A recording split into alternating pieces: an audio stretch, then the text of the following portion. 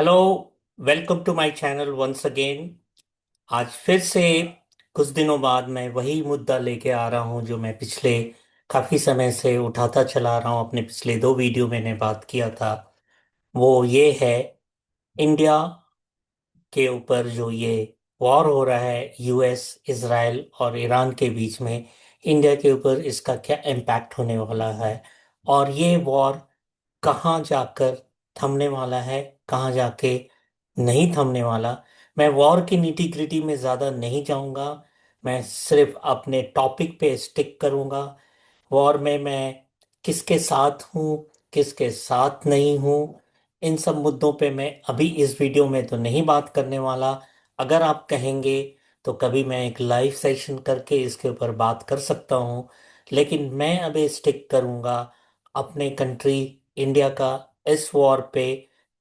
मतलब क्या इंटरेस्ट है, मतलब किस तरह से इंडिया जो है इस वॉर में इम्पैक्टेड हो रहा है। जैसे मैंने पिछले कुछ वीडियोस में बताया था कि भाई हमें सावधान हो जाना चाहिए, हमें एक्स्ट्रावेगेंट खर्चा नहीं करना चाहिए, जो एक्सपेंडिचर है उससे बचत करना चाहिए।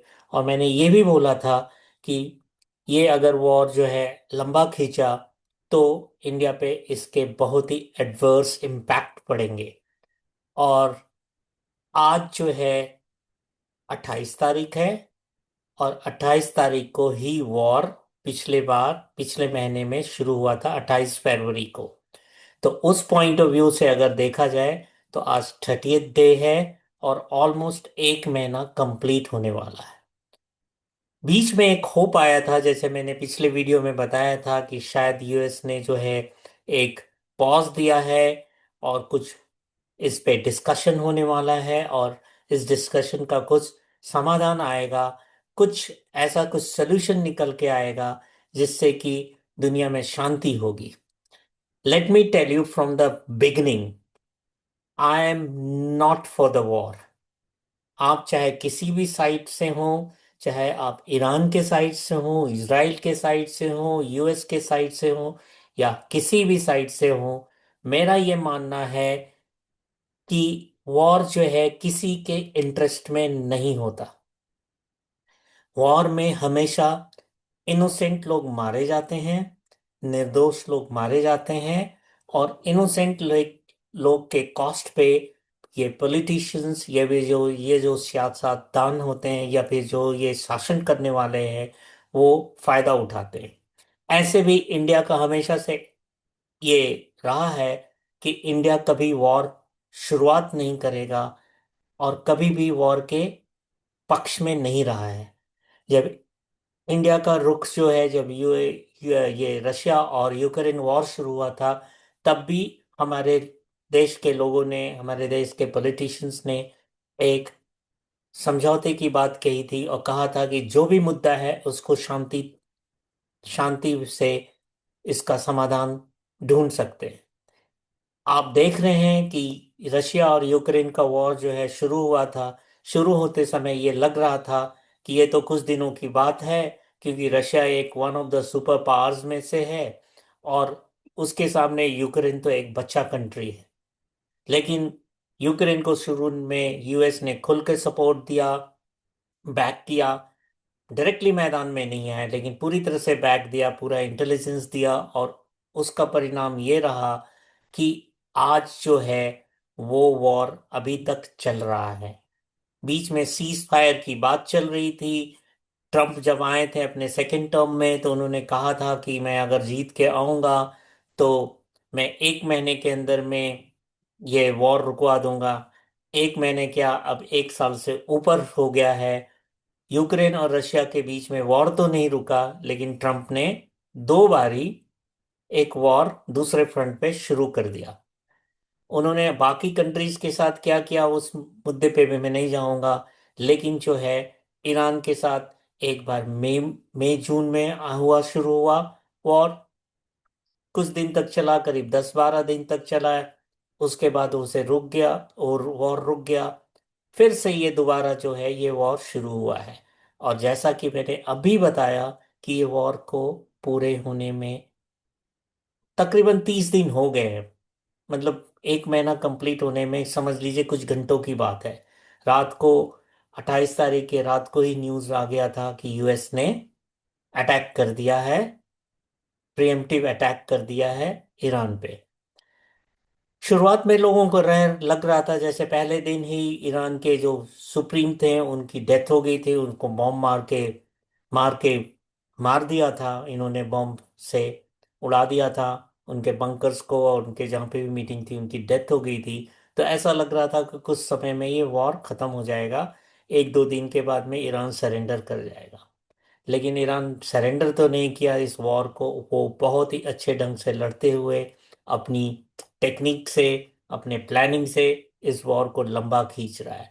जितना लंबा ये वॉर खींचेगा, ये वॉर जो है पूरी दुनिया को, न सिर्फ यूएस एंड इजराइल को एक ये क्वैगमायर में डाल के रखेगा, बल्कि पूरी दुनिया के लिए एक हेडेक बन के रहेगा। मैं किसी की गलती क्या है, ईरान की गलती है, यूएस की गलती, इजराइल की गलती है, मैंने शुरू में कहा था इस वीडियो में, मैं इस निटी ग्रिटी में नहीं जाना चाहता। मैं सिर्फ ये कहना चाहता हूं कि इससे हमारे देश पे बहुत ही एडवर्स इम्पैक्ट पड़ेगा। पिछले वीडियो में मैंने कहा था कि ऑलरेडी 2-3% चल पड़ चुका है, एंड बिलीव मी, ये हमारी इकोनॉमी को कोविड पीरियड्स के तरह जो है वो ला दिया है। इनफैक्ट मैंने पिछले वीडियो में बताया था कि हमारे प्राइम मिनिस्टर ने पार्लियामेंट में खड़े होकर कहा कि ये जो सिचुएशन है कोविड लाइक सिचुएशन है, और आज आप देख रहे हैं ये कोविड से भी वर्स सिचुएशन होते जा रहा है। कोविड में तो क्या था कि पूरी इंटरनेशनल कम्युनिटी इकट्ठा हो गई थी, एक दूसरे से इंटेलिजेंस शेयर कर रही थी, मेडिसिन शेयर कर रहे थे। लेकिन यहाँ पे इंटरनेशनल कम्युनिटी डिवाइडेड है दो कैंप में। एक कैंप है जो इसराइल एंड यूएस को बैक कर रहा है, दूसरा कैंप है ईरान को बैक कर रहा है। हमारे देश का क्या पोजीशन है? शुरुआत में हमने गलती की थी, जैसे मैंने पिछले वीडियो में बताया था, लेकिन बाद में सुधार किया और फिर से हम अपने ओरिजिनल पोजीशन पे चले गए कि भाई हम किसी का पक्ष नहीं लेंगे। ईरान भी हमारा मित्र है और इसराइल भी हमारा मित्र है। हमारी कोशिश ये होनी चाहिए कि ये वॉर जो है जल्दी से जल्दी इसका निपटारा हो जाए। एक उम्मीद आई थी कि शायद हमारे पड़ोसी मुल्क के लोग जो हैं वो सुपर एक्टिव हैं, और सुपर एक्टिव होकर उन्होंने कुछ लोगों को मिलाकर ये वॉर को रुकवा देंगे।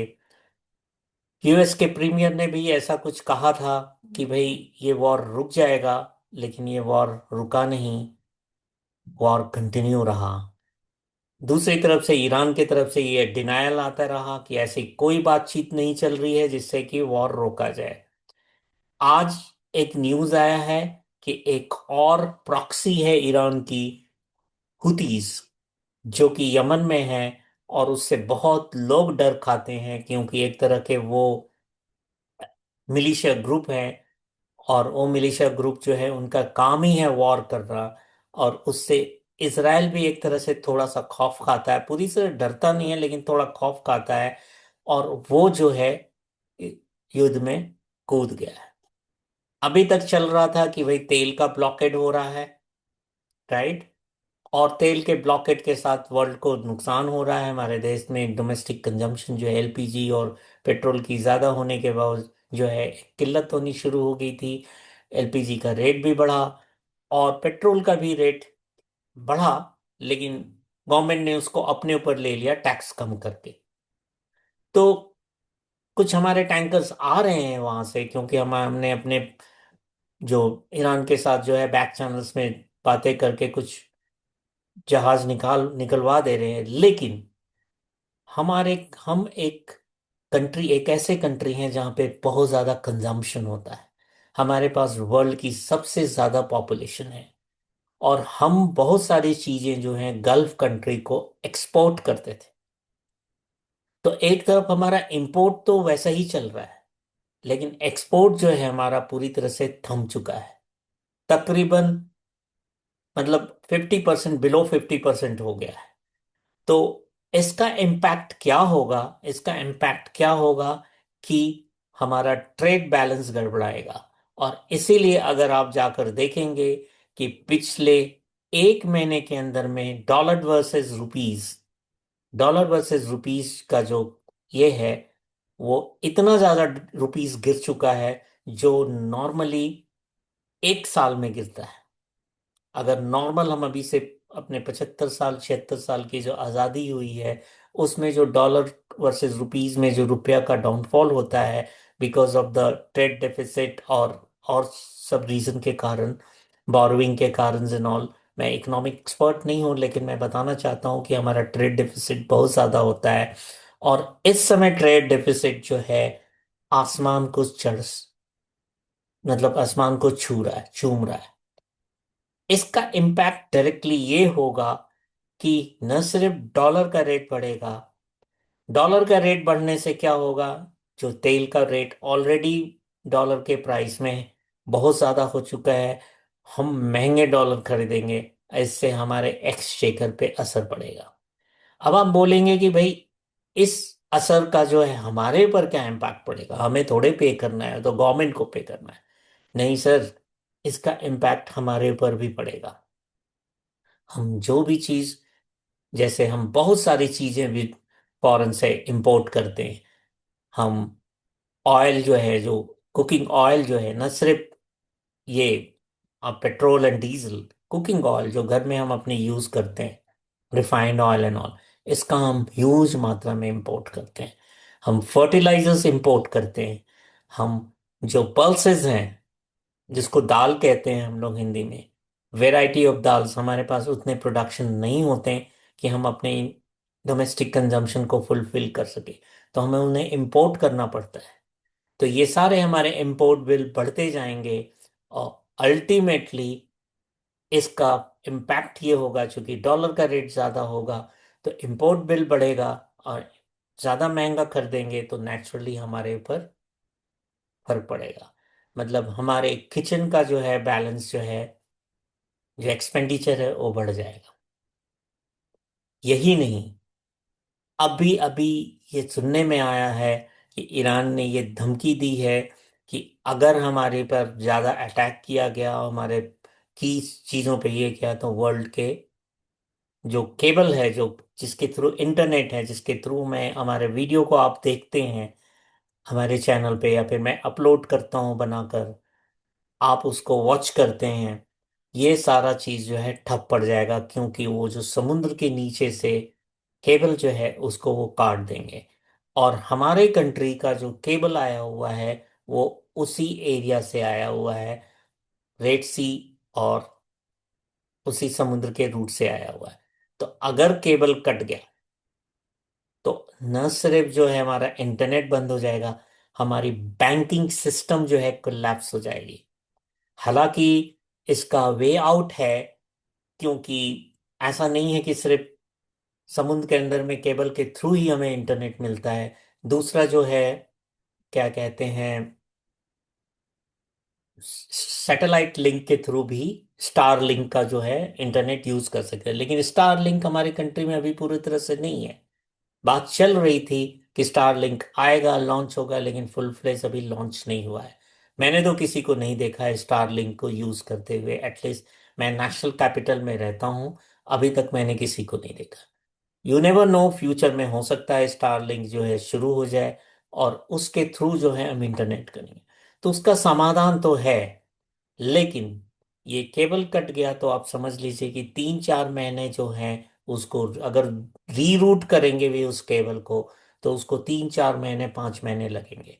और स्टारलिंक को भी अगर हमारे कंट्री में पूरे कंट्री वाइड फैलने में जो है, वो कम से कम 1 से 1.5 महीना लगेगा। आज देखिए हमारा पेमेंट सिस्टम सारा इंटरनेट पे डिपेंड करता है, हम यूपीआई से पेमेंट करते हैं, कैश कोई रखता ही नहीं है। तो उस समय यूपीआई ट्रांजैक्शंस भी फेल होंगे, क्योंकि इंटरनेट रहेगा नहीं, तो आप यूपीआई से पे कैसे करें। तो ये तो हो गया डायरेक्ट इम्पैक्ट, जो हमारे किचन के बजट को बढ़ाएगा, हमारे सर्विसेज को इम्पैक्ट करेगा, बैंकिंग सर्विसेज को, और भी बहुत सारा चीज है। फ्यूचर में अगर ये वॉर चलता रहा, फर्टिलाइजर्स, अभी फार्मिंग का सीजन आने वाला है, ठीक है, खरीफ की फसल जो है रबी की कट चुकी है, खरीफ की फसल की बुआई होगी, उस समय खाद की जरूरत होगी। और जो फर्टिलाइजर्स जो होते हैं, इसी पेट्रोलियम प्रोडक्ट से आते हैं, इन्हीं गल्फ कंट्रीज से। तो उसका भी नहीं आएगा, तो फिर हमारे फार्मिंग पे भी होगा। एंड खुदा ना खास्ता ये वॉर अगर और एक्सकलेट करता गया, ये वॉर अगर किसी तरीके से पार्शली या फुल्ली न्यूक्लियर वॉर में कन्वर्ट हो गया, जिसकी चांसेस बेयर मिनिमम है, मैं मान के चलता हूँ लोगों पे पास अभी भी थोड़ी सी बुद्धि होगी, और वो जो है न्यूक्लियर जैसे चीजों को जो है नहीं यूज करेंगे। इतना सेंसेस है, क्योंकि अभी तक सेकेंड वर्ल्ड वॉर के बाद जो है एक बार सिर्फ अमेरिका ने यूज किया था जापान में, हिरोशिमा नागासाकी में। उसका इम्पैक्ट ऐसा हुआ था कि आज तक किसी ने भी किसी भी टेंशन में आज तक जो है nuclear war, nuclear bomb blast नहीं किया गया है। कहते हैं लोग, जो एक्सपर्ट कहते हैं, ये न्यूक्लियर बम छोड़ने के लिए नहीं होता है, एक तरह का डेटरेंट होता है कि दूसरा आकर आप अटैक ना कर दे। एनीवेज, मैं इसके निटी ग्रिटी में नहीं जाना चाहता, मैं सिर्फ ये दिन देखना चाहता हूं कि हम और आप कैसे इम्पैक्टेड होंगे। हम और आप फर्दर इम्पैक्टेड होंगे, क्योंकि हमारा एक्सपोर्ट बिल बढ़ेगा, सॉरी इंपोर्ट बिल बढ़ेगा। और इंपोर्ट बिल बढ़ेगा तो हमारे रुपीस की वैल्यू गिरेगी, रुपीस की वैल्यू गिरेगी तो हम चीज़ें महंगे खरीदेंगे। और धीरे धीरे धीरे धीरे जो है, जैसे मैंने पिछले वीडियो में भी कहा था, कि जॉब लॉस भी होगा। जॉब लॉस होगा। बहुत सारे जो हैं, अब आप देखिए, सिंपल देखिए ना, एलपीजी के कमी की वजह से बहुत सारे ढाबाज जो हैं दिल्ली में, बहुत सारे रेस्टोरेंट जो हैं वो बंद हो गए। बहुत सारे लोग जो हैं, जो माइग्रेंट वर्कर जो हैं, छोटे छोटे एलपीजी के सिलेंडर यूज करके आपके घर में खाना बनाते थे, वो काम छोड़ के ही गांव चले गए हैं अपने। अब वो काम करने वाले ही नहीं रहेंगे उन फैक्ट्रीज में, तो फैक्ट्री का प्रोडक्शन भी नहीं होगा। फैक्ट्री का प्रोडक्शन नहीं होगा। एक तो वैसे ही हम मैन्युफैक्चरिंग इंडस्ट्री में नहीं है। हमारा मैन्युफैक्चर जो है, मैन्युफैक्चरिंग इंडस्ट्री चाइना की तरह नहीं है। हम पूरी तरह से नॉन कॉम्पिटिटिव हैं। दूसरी तरफ से लेबर शॉर्टेज की वजह से जो थोड़ा बहुत भी मैन्युफैक्चरिंग होता था, जो छोटे दूसरे दूसरे इंडस्ट्री में जिस चीज़ का हम एक्सपोर्ट करते थे, वो जो है बंद हो जाएगा। पूरा जो डायमंड का जो सेल होता था, जो गुजरात का जो डायमंड इंडस्ट्री था, वो पूरे फॉरेन करेंसीज पे डिपेंड करता था, वो सारा बंद हो जाएगा। यहाँ तक कि डायमंड ठीक है, आप जो रॉ डायमंड लाते थे उसकी पॉलिशिंग यहाँ होती थी, लेकिन रॉ डायमंड तो फॉरेन से ही आता था, उन्हीं कंट्रीज से आता था। लेकिन वो भी आना बंद हो जाएगा। तो आप समझ लीजिए हमारी इकोनॉमी की पूरी तहस नहस हो, एक तरह का फिनेंशियल इमरजेंसी हो गई। हालांकि हमारी गवर्नमेंट ने बोला है कि अभी किसी तरह की कोई इमरजेंसी नहीं है, लेकिन साथ में उन्होंने आगाह भी किया है, we should be ready for all eventuality. एक कोविड लाइक सिचुएशन है। कोविड के समय में बहुत सारा चीज फ्लूइड था। कब क्या हो जाएगा, कितने डेथ हो जाएंगे, क्या हो जाएगा, कुछ नहीं पता था। उसी तरह से इस वॉर जितना लंबा खींचता जा रहा है, उतना ही ज्यादा चीजें फ्लूइड होती जा रही हैं, और अनसर्टेनिटीज बढ़ती जा रही हैं। लेट्स सी हम कहाँ तक पहुंचते हैं, क्या इसका और इम्पैक्ट होता है। साथ में अगर आप ये जानना चाहते हैं कि इस वॉर में कौन सही कर रहा है, कौन सही जगह पे है, कौन गलत जगह पे है, इस बारे में जो आपको अगर चाहिए कि मैं अपना पॉइंट ऑफ व्यू दूं, तो मैं एक लाइव वीडियो बनाऊंगा, लाइव करूंगा। लाइव पे हम डिस्कस करेंगे, उस पे मैं अपना पॉइंट ऑफ व्यू दूंगा कि कौन रॉन्ग फुटिंग पे है, कौन राइट फुटिंग पे है, किसका क्या प्रॉब्लम है, क्यों ये वॉर हुआ। ये सारी चीजें हम डिस्कस कर सकते हैं उस पे। लेकिन इस वीडियो में मैं ये सारी चीजें नहीं बताना चाहता। Let's have a live meeting and talk about it. मेरी अपनी पॉइंट ऑफ व्यू है, मेरी अपनी एक अंडरस्टैंडिंग है इस वॉर को लेके, मैंने बनाया हुआ है, मैं भी किसी को सपोर्ट कर रहा हूँ। लेकिन बाय एंड लार्ज अगर आप मेरे से पूछेंगे ना, चाहे वो यूएस और इजराइल हो, चाहे वो ईरान हो, चाहे कोई भी हो, वॉर जो है वो किसी के लिए अच्छा नहीं होता। उनके लिए भी अच्छा नहीं होता जिन कंट्रीज के बीच में वॉर होता है, उनके लिए भी अच्छा नहीं होता जो लोग इसके आसपास होते हैं या जो इन कंट्रीज से डील करते हैं। अब आप देखिए ना, लड़ाई लड़ रहे हैं इसराइल, यूएस और ईरान, और उसकी परेशानी हम झेल रहे हैं। तो अगर आप कहेंगे कि भाई हम घर में बैठ के टेलीविजन चैनल पे सिर्फ वॉर का स्टोरी देखेंगे, अगर अगर आप ईरान के सपोर्टर हैं तो ईरान ने अगर 10 मिसाइल्स दाग दिए इसराइल पे और यूएस के 5 जहाज गिरा दिए, तो आप क्लैपिंग करेंगे, खुश हो जाएंगे, उसके वीडियो बना के सोशल मीडिया में लगाएंगे और कहेंगे इसराइल ईरान ने अच्छा सबक सिखाया। और अगर आप इसराइल एंड ईरान यूएस के सबक ये समर्थक हैं, तो आप बोलेंगे कि नहीं, तो ये तो इसराइल को एकदम पूरी तरह से तहस नहस कर दिया। वॉर में बहुत सारी चीजें होती हैं, झूठ के फेक वीडियोस भी आते हैं। आप उन सब फेक वीडियोस पे मत जाइए, ऑथेंटिक चैनल्स, ऑथेंटिक सोर्सेस। आपको अपना आईक्यू यूज करना पड़ेगा और उसको लेना पड़ेगा कि कहाँ पे क्या हो रहा है और क्या नहीं हो रहा है। इस फेक बहुत सारे रियल वीडियोस भी आते हैं, बहुत सारे फेक वीडियोस भी आते हैं आपको, जिसको कहते हैं एआई जनरेटेड वीडियोस। तो please do not get into this. Think about you, think about your family, think about the future of the world by and large, क्योंकि आज वर्ल्ड में कुछ भी नहीं है जो आइसोलेटेड है। अगर कोई आइसोलेटेड है तो जो अंडमान निकोबार आइलैंड में जो बैठे हुए हैं ना ट्राइबल्स, जिसको दुनिया से कोई लेना देना नहीं है, 99% वो सुरक्षित हैं। उनको कोई लेना ही देना नहीं कौन कहाँ लड़ रहा है, क्योंकि वो इम्पैक्टेड नहीं है, वो अपने कोकून में रहते हैं। लेकिन 99% मैंने बोला, 1% अभी भी मैंने रखा, कि अगर वॉर होगा इससे रेडिएशन होगा, अगर न्यूक्लियर वॉर हो गया, रेडिएशन होगा, इम्पैक्टेड होगा, तो वो भी इम्पैक्टेड होंगे। बताइए, जिनको दुनिया से कोई लेना देना नहीं, जो पूरी तरह से अपने आप को आइसोलेट किए हुए हैं, वो भी अगर ये वॉर एक बियॉन्ड अ लेवल चला जाएगा, वो भी इससे इम्पैक्टेड होंगे। So let's pray. अगर आप बिलीवर हैं तो लेट्स प्रे। आपकी कोई भी रिलीजन हो, हिंदू हो, मुसलमान हो, क्रिश्चियन हो ना, अपने अपने रिस्पेक्टिव गॉड से जाइए, प्रे कीजिए कि ये वॉर खत्म हो जाए। Last but not the least, मैं इस वीडियो को एंड करना चाहूंगा कि let's start a campaign on social media. Let's start a campaign on social media to call for a stoppage of this war. Let's put a public pressure on these countries, the fighting countries. Okay, at least कोई नहीं सुनेगा, मुझे मालूम है Israel नहीं सुनेगा, मुझे मालूम है ईरान शायद नहीं सुनेगा, क्योंकि दोनों के एक्सिस्टेंस पे फर्क पड़ता है। लेकिन कम से कम यूएस तो हट जाएगा। अगर वो हट जाएगा तो समझ लीजिए कि ये वॉर काफी हद तक रुक जाएगा, और रुक भी नहीं गया तो ये स्लो हो जाएगा। So with this, I'm ending this video.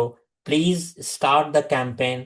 If you want me to start the campaign, I will make a separate video for this to call for a stop war, say no to war. मैंने shorts बना के पिछली बार जब war हुआ था India Pakistan के बीच में, या फिर उसके फॉलोड अप इंडिया पाकिस्तान के वॉर के बाद ईरान एंड इसराइल में हुआ था, जिसमें यूएस भी 1-2 दिन के लिए पार्टिसिपेट किया था, तब भी मैंने एक शॉर्ट वीडियो डाल के लिख डाला था, से नो टू वॉर। आप जाके उसको देख सकते हैं। मैं फिर से एक डिटेल वीडियो बना सकता हूँ, लाइव कर सकता हूँ सेफ नो टू वॉर पे। अगर आपको लगता है कि इस तरह की कैंपेन हम सब लोगों को, हम वर्ल्ड के सिटीजन्स, हम सब सिर्फ अपने अपने कंट्री के सिटीजन्स नहीं हैं, हम सिर्फ हिंदू मुसलमान क्रिश्चियन सिख ये नहीं है, हम एक ह्यूमन बीइंग है। Let's, for the sake of humanity, let's call it, से no to war.